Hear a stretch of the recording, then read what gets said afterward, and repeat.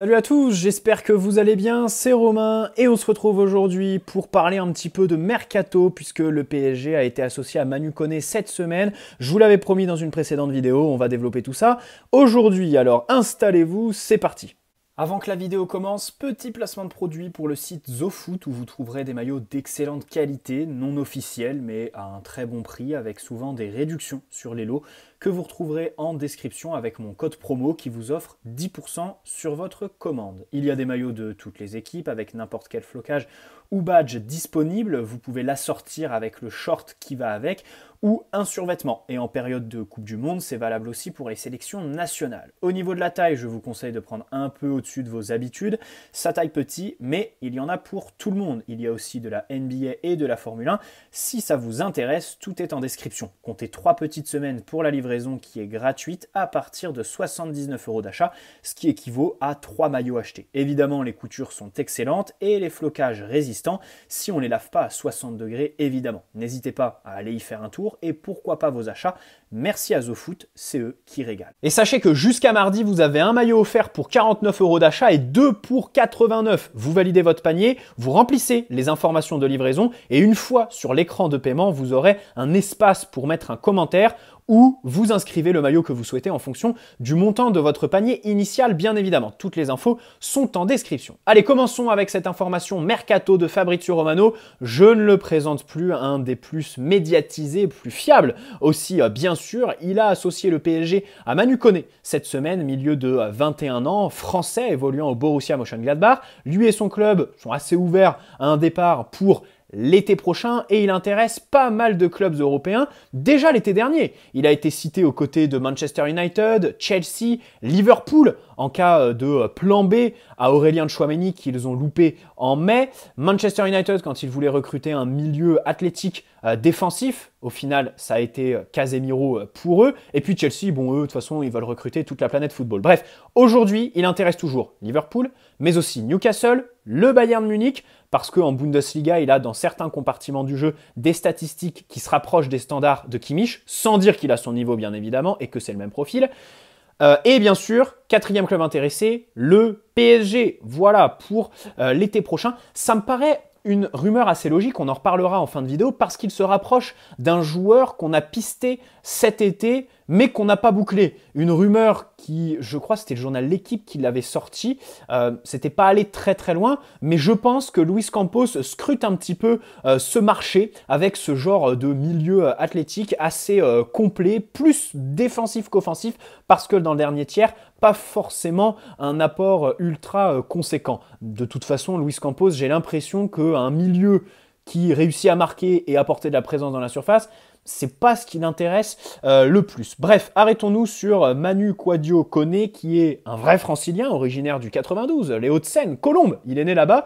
Il a grandi à Villeneuve-la-Garenne, si je dis pas de bêtises. Il est passé par le Paris FC, Clairefontaine, avant de partir dans le sud, à Toulouse, où il a été formé. Il a fait ses grands débuts en pro pendant la saison 2019-2020. Seulement 13 apparitions, mais à la fin de cette saison, relégation, donc beaucoup de départs. Donc on mise sur les jeunes et Koné a une place de titulaire avec des responsabilités pour la saison 2020-2021 qui attire l'œil du Borussia Mönchengladbach très rapidement puisque dès le mercato d'hiver, janvier 2021, il le recrute. 9 millions, il le prête à Toulouse pour la fin de la saison et donc il évolue en Allemagne sur les 2 dernières saisons. Alors la première là-bas, c'était sous l'entraîneur Adi Hütter et il est viré en mai pour Daniel Fark. Dans tous les cas, les résultats sont sensiblement les mêmes. Aujourd'hui, Mönchengladbach se caractérise par un jeu assez dynamique avec du pressing et une possession évidemment très variée qui va chercher par exemple les côtés et un petit peu de verticalité. Je crois que la saison dernière, ils finissent 10e de Bundesliga et là ils sont 8e. Alors ils sont pas très loin, je crois qu'ils sont à 3 points du Borussia Dortmund, mais voilà, tout ça pour dire que c'est pas le Graal de la Bundesliga, c'est une équipe, un contexte collectif qui est pas non plus top niveau, mais il a réussi quand même à surperformer. Ce qui le caractérise et ce qui est très intéressant chez lui, c'est que plus l'équipe en face est forte, plus il l'est. il surperforme vraiment dans les grosses échéances. Par exemple, il a quand même des références déjà contre le Bayern Munich, dans les chocs contre Leipzig aussi.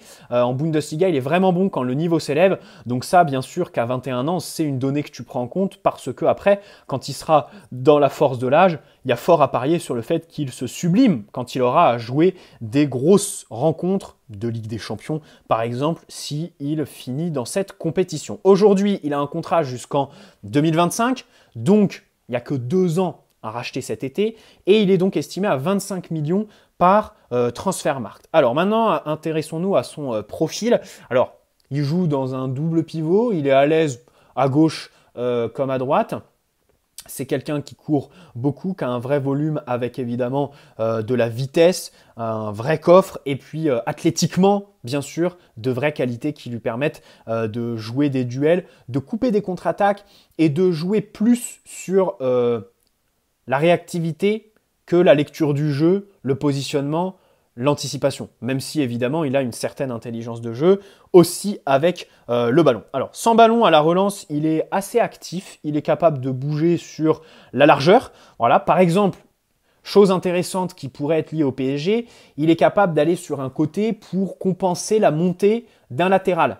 Il le fait avec Ben Sebaini à Mönchengladbach. Nous, avec Nuno, ça peut être assez intéressant. Avec Achraf aussi, pour permettre justement d'avoir un bloc plus haut. C'est quelqu'un qui fait progresser le bloc équipe par son jeu avec ballon, mais aussi sans ballon. Il est aussi capable de se positionner derrière la première ligne défensive adverse et donc de recevoir un petit peu entre les lignes. Voilà. Avec ballon, alors il peut évoluer sous pression, pas de problème, parce que c'est un bon dribbleur. Je pense que c'est sa meilleure qualité avec le ballon. Il est capable de le porter, il a une belle conduite de balle. Évidemment, tonicité sur les appuis, le haut de son corps, il est difficile à bouger, et puis il est rapide. Donc forcément, il est capable de le porter sur quelques mètres, il est capable de faire des dribbles ou résister à un mouvement de pressing de la part de l'adversaire. Maintenant, par la passe, il a progressé cette saison par rapport à la saison dernière, mais il peut encore mieux faire. Par exemple, mieux alterner jeu long, jeu court. Il est capable, par exemple, de distribuer dans la profondeur, mais c'est pas encore le gratin, disons, européen dans cette dimension. Et c'est normal. On rappelle que c'est pas un Fabian Ruiz qui est recruté à 25 ans, c'est un Manu Koné qui a 21 ans, donc qui est très jeune, comme Vitinha. Voilà, donc dribble et conduite. En termes de contre-pressing, évidemment, il joue en Bundesliga, il est assez bon, il est capable de défendre en avançant. Bien sûr, comme je l'ai dit, il a beaucoup d'explosivité, donc pour jaillir dans les duels, il est plutôt pas mal, même si d'un point de vue statistique, je pense qu'il pourrait intercepter plus de ballons. Voilà, faire plus de récupération, gratter un petit peu plus, tout ça, bien sûr, peut s'améliorer. Quelque chose d'intéressant dans son jeu, sa capacité à gagner des fautes. Voilà, souvent on fait faute sur lui. Bon, ça peut paraître anecdotique, paradoxal, parce que c'est un joueur qui est un petit peu dur sur l'homme. Bon, le voir obtenir des fautes, c'est peut-être gage d'une certaine intelligence de jeu. Et dans tous les cas, c'est quelque chose qu'on prend, surtout en Ligue 1, même si on sait que obtenir des fautes avec nos arbitres français, c'est quelque chose qui relève quasiment de l'impossible. Le duel aérien, bon, il le fuit un peu, c'est pas non plus voilà, quelqu'un qui va en imposer dans cette dimension-là. Et comme je le disais, on peut le comparer à Ibrahim Sangaré du PSV à Eindhoven. Souvenez-vous, cet été, on l'avait pisté. L'équipe nous avait annoncé que Luis Campos s'intéressait à lui, à ses capacités défensives de projection, de progression de balles. Mais au final, bon, on a vu qu'on avait Danilo dans ce type de joueur dans l'effectif, donc on n'a pas foncé dessus, et puis surtout il a prolongé tout simplement là-bas Sangaré. Pour le comparer par exemple avec Manu Koné, c'est deux profils qui sont assez similaires. C'est pour ça que je crois en la rumeur Manu Koné au PSG, parce que Danilo commence aussi à se faire un petit peu vieux. Mais Sangaré est meilleur par la passe, et dans le dernier tiers il est plus présent, parce que c'est vrai que Koné, alors si tu prends une compilation sur YouTube, tu verras 2 ou 3 buts qui sont vraiment beaux, très esthétiques, bien joués, des frappes voilà, hors de la surface, qui retombent bien, qui sont assez fluides, qui sont très belles. Mais dans le dernier tiers, il doit avoir plus d'influence. Et ça, c'est quelque chose aujourd'hui qu'on doit corriger dans ce PSG parce que, on verra si je ne vous fais pas de dessin, Vitinha, c'est pareil. Fabien Ruiz, bon, alors, quand il était vraiment là, quasiment sur un nuage, en surperformance au mois d'octobre, je pensais qu'il allait finir par marquer, planter, parce qu'il avait vraiment des vraies occasions, hein, contre Ajaccio, contre Marseille aussi, contre le Maccabi Haïfa, je crois qu'il a 2 grosses occasions dans le match. Et au final, bon, ça ne se concrétise pas. Tu vois ce que je veux dire? Pour moi, aujourd'hui, un profil à la Manu Koné, ça peut être intéressant, mais surtout, la priorité, c'est un milieu qui, dans le dernier tiers, va réussir à se projeter parce qu'à un moment donné, Messi et Neymar pour la créativité, ok, c'est ce qui se fait de mieux en Europe sur la moitié de saison qui vient de s'écouler. Les statistiques sont très éloquentes, bien évidemment. Personne n'est à leur niveau en termes voilà, d'occasions créées, passes progressives, dribbles et tout le bordel. Mais pour moi, ça doit en fait pas enlever la nécessité de recruter un milieu de terrain. Là, il y en a un qui est cité depuis, enfin non, plus maintenant puisque Leonardo est parti, mais qui était un espèce de serpent de mer sous le mandat Leonardo, c'est Milinkovic-Savic. Voilà, quelqu'un qui a la dimension athlétique, capable d'envoyer des ballons dans la boîte, d'apporter de la verticalité, d'être à la finition. Il faut absolument ce genre de milieu pour moi. Maintenant, un défensif, on prend aussi. Et puis surtout, bien sûr, il faut un joueur qui nous fait passer un cap tout de suite, en fait. Voilà, qui nous fait passer un cap au moment de l'annonce de sa signature et pas dans les mois qui viennent, pas dans les années à venir. Tu vois ce que je veux dire? Il faut de la classe mondiale. Maintenant, je juge que par la classe mondiale. J'ai vu la lumière et au regard du mercato du Real Madrid, des pistes. Bon, alors, Chelsea, c'est pas le bon exemple parce qu'eux, ils recrutent n'importe comment. Il n'y a pas de logique derrière. Mais voilà, Liverpool qui met des millions en attaque. Le Real, boum, ils veulent un grand milieu de terrain, ils ont compris. C'est fini les histoires de milieu à 20 millions qui pètent. Alors, ça peut le faire, mais aujourd'hui, évidemment, si tu n'as pas ce genre de joueur dans ton effectif ou centre de formation, 100 millions, et bam, tu as la classe mondiale tout de suite. 100 millions sur Tchouaméni, au final, ils réussissent à revendre Casemiro derrière. Tu vois ce que je veux dire? Moi, maintenant, je jure que comme ça, avec les mercatos du PSG, même si, évidemment, ça paraît FIFA, hein, bien sûr, ça paraît complètement irréaliste, et c'est logique, parce qu'il y a une autre réalité. On a un trio, la MNM devant, qui fait qu'on ne peut pas faire ça. On ne peut pas être le Real ou les clubs anglais. Alors, pour les clubs anglais, il y a évidemment le fait que ce soit un championnat très médiatisé et peut-être une Super League qui existe déjà, bien évidemment, quand on voit que les derniers ont des budgets 10, 20 fois supérieurs à ceux aux derniers français, tout simplement. Donc voilà, bref, dans tous les cas, Manu Koné s'inscrit pas vraiment dans cette dimension de joueur classe mondiale, mais si tu réussis à te séparer l'été prochain définitivement de pas mal de lofters, ça peut être pas mal, tu vois ce que je veux dire? Et à la place d'un Fabien Ruiz qui a 25 ans, qui lui est alors, ok, il a du ballon, pas de problème. Pas de problème. Ok, il peut avoir un rôle dans le 4-4 de Losange. Mais on le savait à sa signature. On l'a signé, tout le monde le disait. Les Napolitains nous avaient prévenus. C'est quelqu'un qui est irrégulier, qui choisit un petit peu ses matchs et qui n'atteindra jamais le top niveau. Plutôt que de balancer 25 millions sur ce genre de joueur dont on sait très bien qu'il ne fera jamais l'unanimité complètement. Alors oui, il va avoir des moments de pic de performance en Ligue 1, je ne sais quand, peut-être même en Ligue des Champions, et encore, j'en suis pas très sûr, parce que la dimension athlétique, elle est sous-développée chez Fabien Ruiz. Recruter un joueur de 21 ans qui en veut, qui coûte le même prix, parce que Manu Koné, c'est ça, et qui va avoir des perspectives d'avenir, en plus d'être plus complet sur le présent qu'un Fabien Ruiz, je prends. Tu vois ce que je veux dire? Voilà. Mais aujourd'hui, pour moi, ça fait quand même partie des prospects les plus intéressants en matière de bonne affaire. Parce que, bon, t'as beau dire, il faut recruter de la classe mondiale, il faut mettre 100 millions sur les milieux. Évidemment, il y a la MNM, la masse salariale, et puis surtout le fait que le fair play financier ne nous épargne pas, qu'on n'a plus trop de budget, et que pour l'été prochain, ça repose un petit peu sur la vente de capital. Là, si on réussit à faire cette vente à un fonds américain, normalement, on devrait avoir quand même un petit peu de budget. Voilà, bref. Passons à la prolongation de Deschamps jusqu'en 2026, jusqu'à la Coupe du Monde 2026. Alors là, ça clive, parce que d'un côté, tu as vraiment les pros Deschamps et ceux qui s'insurgent complètement, les révolutionnaires, qui sont complètement décontenancés par cette prolongation qu'ils ne comprennent absolument pas. Moi, j'aimerais juste parler Déjà en fait, posons un fait. N'importe quelle nation qui fait ce que la France vient de faire en Coupe du Monde prolonge son sélectionneur. C'est un fait. Ensuite, pour Deschamps, oui, personnellement, cette équipe de France, je vais pas mentir, sur cette Coupe du Monde, franchement, ça m'a pas... Enfin, il y a eu des émotions. Ok, on a eu la meilleure finale, je pense, de l'histoire de la Coupe du Monde. Ok, contre l'Angleterre, quand Giroud marque, c'est exceptionnel. Ce que je veux dire, c'est que dans le jeu, on n'a pas vibré. Ça, c'est évident. C'est une équipe qui dégage pas grand-chose, qui presse pas, par exemple. Ça, c'est quelque chose qui m'a rendu fou. Mais Didier Deschamps, quand je regardais les matchs, mais je lui ai insulté tout son arbre généalogique contre l'Angleterre, contre le Maroc, que quasi tous les joueurs étaient derrière le rond central. C'était absolument honteux. Tu vois ce que je veux dire? De voir une équipe autant passive. Mais de l'autre côté, alors il a eu des résultats. La Coupe du Monde, la Ligue des Nations aussi qu'on n'oublie pas. Il n'y a que l'Euro 2021 où il passe vraiment, vraiment à côté. Et puis surtout, le football en sélection aujourd'hui, il a évolué. C'est plus l'Espagne 2012, l'Espagne 2010, peut-être l'Allemagne 2014 est la dernière équipe de ce style qui réussissait quand même à imprimer un vrai football. Aujourd'hui, les équipes qui jouent un football total, qui se cassent la tête à faire des circuits et tout ça, c'est pas celles qui gagnent.